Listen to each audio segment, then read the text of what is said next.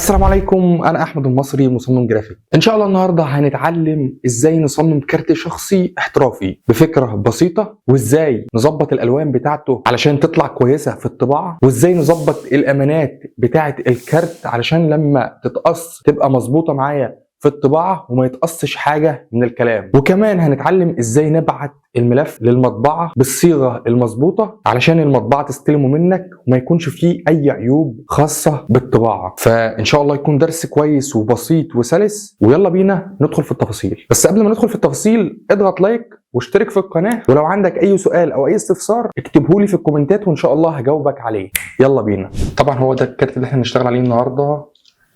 طبعا هو ده الوش وده الظهر.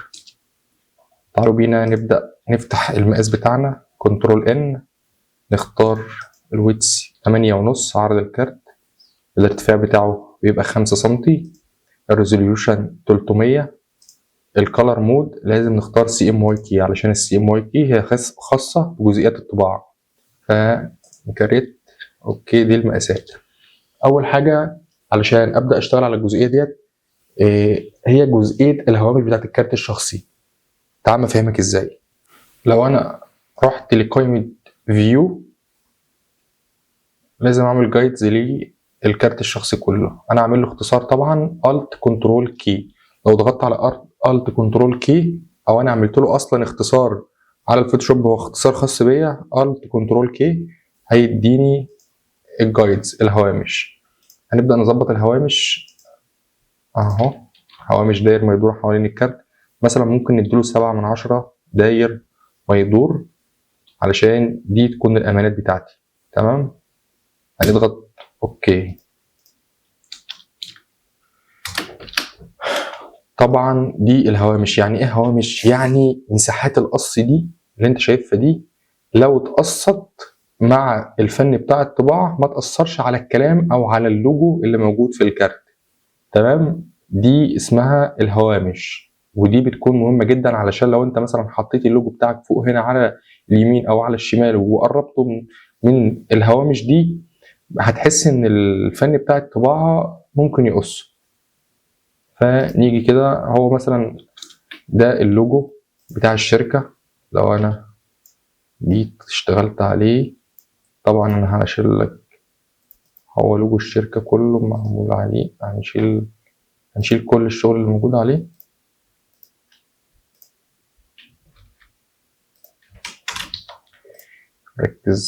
نركز مع بعض. اسمعيني.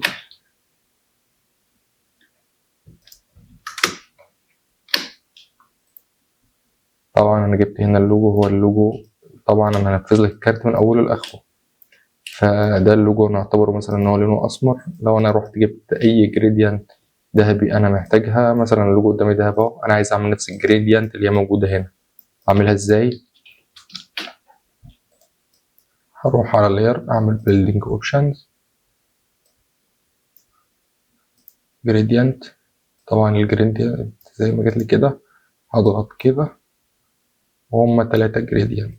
هسقط ده كده واجيب ده كده اوكي، واجي هنا اختار اكتر لون غامق او ممكن نختاره من تحت هنا. تمام. وشايل ده كده وجاي متكي على ده كده وضغط هنا واحدة، وجاي شايف دي اللون الفاتح اهو كده. انا عملت نفس درجات الالوان، لسه هظبطها جريدينت يبقى مظبوط. اوكي. واعمل دروب شادو لونه اسود اهو، اقلل الديستانس بتاعته.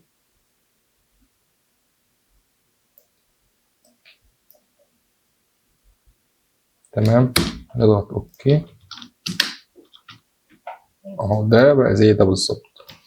نشيل ده خالص بقى، نشيل ده خالص ونسيب ده. لو رحنا هنا هنلاقي ان الارضية هنا هي بألوان الشركة. لو وقفت بالالوان كده وضغطت كده هتلاقي درجات الالوان. احنا ممكن ناخد اللون زي ما هو كده علشان دي الوان الشركة اللي هي خاصة بالبراند او الهوية البصرية بتاعت الشركة دي.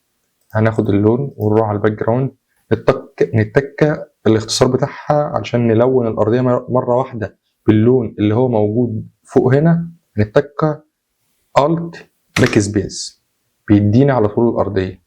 الت باك سبيس. لو عايزه ارجع للون الابيض تاني بتكه كنترول شيفت باك سبيس، ارجع للون اللي فوقه تاني الت باك سبيس. معانا طبعا هنا في 3 خطوط كده هنظبطهم مع بعض. هروح لي هنا اهو. الموضوع سهل وبسيط جدا يعني، بتاخد الوان وهويه الكارت الشركه وتبدا تشتغل عليه. طبعا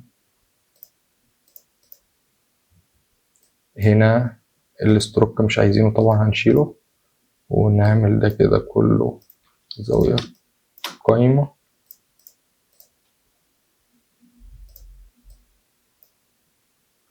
نخلي دي 0 كله بقى 0. اوكي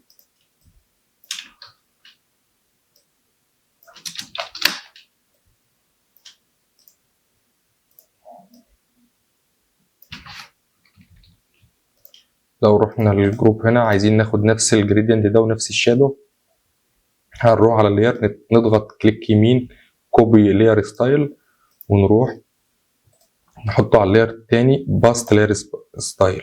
طبعا احنا عايزين نشيل الشادو لان الشادو فيه الخطوط دي ما بيبقاش كويس. ممكن نغير تدرجات الجريدينت شوية، ان احنا نروح هنا نحاول نظبط الدنيا فيها شوية لحد ما.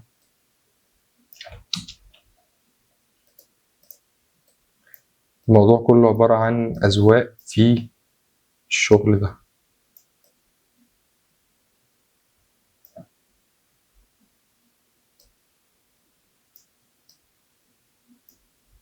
تمام قشطة.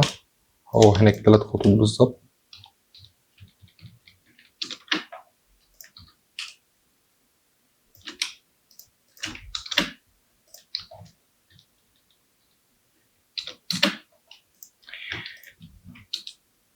هاخد دولت اوديهم الناحية التانية هنا،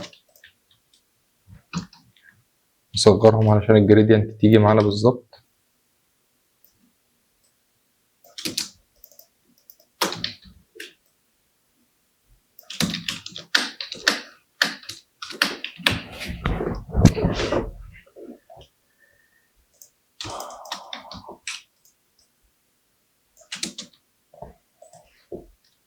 دول دي نحطها الناحية هنا مثلا.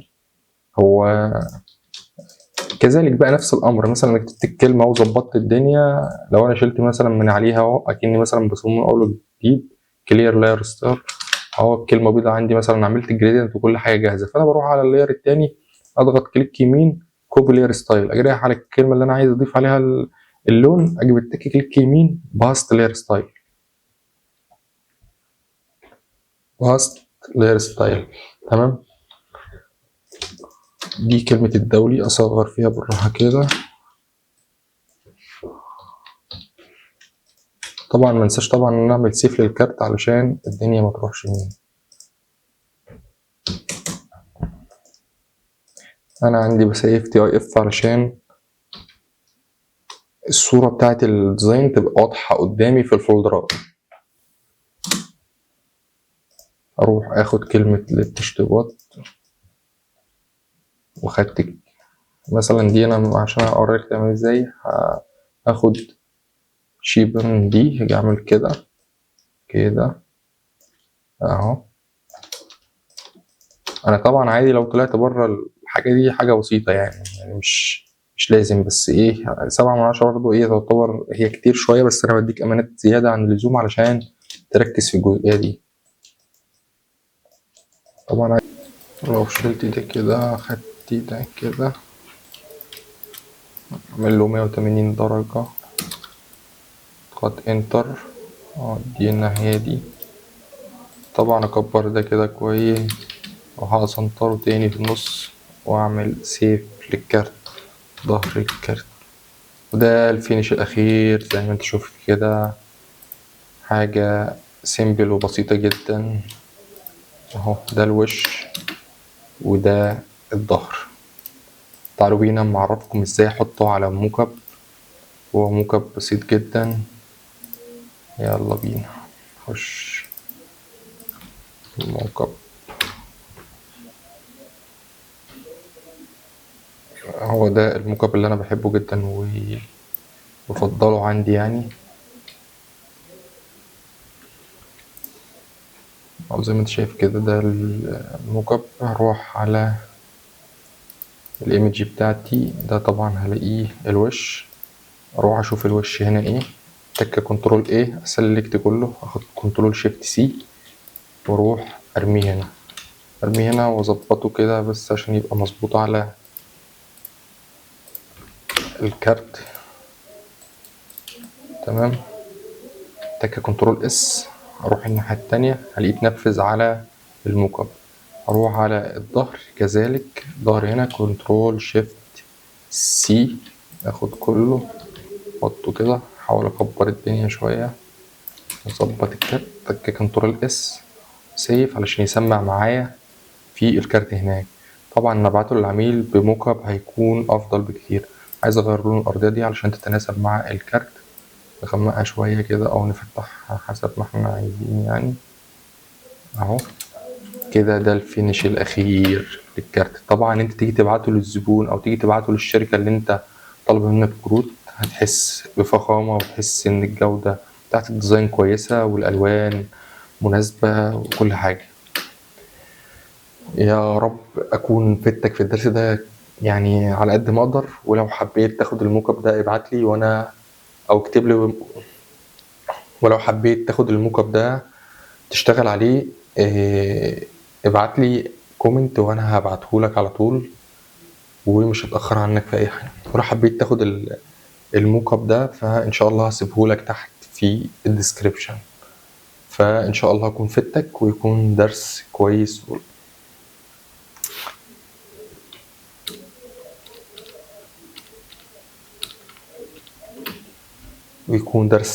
ولطيف.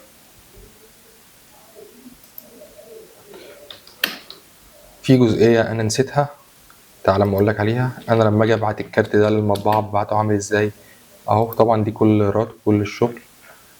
طبعا انا بضغط كنترول شيفت اس، اعمل سيف اب كوبي، اختار الصيغه هي جي بي جي، اروح مثلا على مكان الكارت اعمل نيو فولدر واسميه مثلا طباعه كارت شخصي وجهين مثلا ال5 روفان مط، وافتح الفولدر واكتب وش. تمام. والظهر كذلك كنترول شيفت اس سيف اكوبي جي بي جي ظهر. اوكي كده هو اتسيف عندي. لو رحت انا شفت الفولدر كده اهو، ده الوش وده الظهر. هعمل ايه عشان ابعته للطباعة؟ اضغط قصدي كليك يمين اديت تو ارشيف، اتك اوكي. كده الكارت جاهز ان انت تبعته على الواتساب في رسالة للمطبعة على طول مباشرة، او ممكن تبعته دوكيمنت على طول من الواتساب. فان شاء الله يكون درس كويس وقدرت افيدك فيه كويس يعني على قد ما اقدر. ولو حابب تسال في اي حاجه اسالني في الكومنتات، واشوفك على خير في درس جديد باذن الله تتعلم فيه فنيات الطباعه في اي زي ما تيجي بقى ان شاء الله. ممكن فولدر ممكن بروشور حسب اللي يجي في دماغي او اللي يجي في خيالي هعمله لك ان شاء الله. لو عاوزت اي حاجه سيبها لي في الكومنتات وان شاء الله هرد عليك. سلام.